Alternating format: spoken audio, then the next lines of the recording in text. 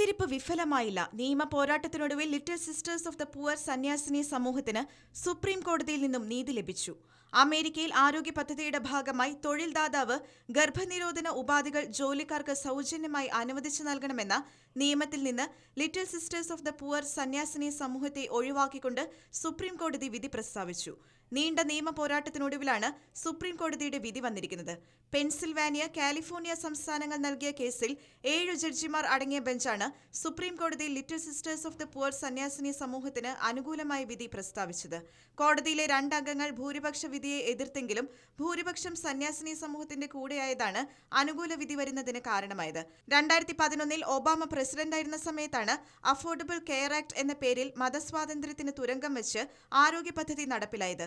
പദ്ധതിയെ എതിർത്തിരുന്ന സന്യാസിനി സമൂഹങ്ങൾക്കും മറ്റു ചില മതപ്രസ്ഥാനങ്ങൾക്കും ഇളവ് നൽകാമെന്ന് ഒബാമ ഭരണകൂടം പറഞ്ഞിരുന്നെങ്കിലും പുതിയ നിയമം തങ്ങളെയും ബാധിക്കുന്നതാണെന്ന് ചൂണ്ടിക്കാട്ടി സന്യാസിനികൾ കോടതിയെ സമീപിക്കുകയായിരുന്നു. നിയമ പോരാട്ടങ്ങൾക്കൊടുവിൽ ഡൊണാൾഡ് ട്രംപ് പ്രസിഡന്റ് സ്ഥാനം ഏറ്റെടുത്തതിനു ശേഷമാണ് പൂർണ്ണമായും സന്യാസിനി സമൂഹങ്ങളെയും മറ്റു ചില പ്രസ്ഥാനങ്ങളെയും നിയമത്തിന്റെ പരിധിയിൽ നിന്ന് ഒഴിവാക്കിയത്. വിശ്വാസത്തെ ഹനിക്കാതെ പ്രായമായവരെ ശുശ്രൂഷിക്കാൻ വേണ്ടിയുള്ള തങ്ങളുടെ സ്വാതന്ത്ര്യത്തെ സുപ്രീം കോടതി വീണ്ടും പരിഗണിച്ചതിൽ സന്തോഷമുണ്ടെന്ന് സന്യാസിനി സമൂഹത്തിലെ മദർ ലൊറൈൻ മേരി മഗൂരി പറഞ്ഞു.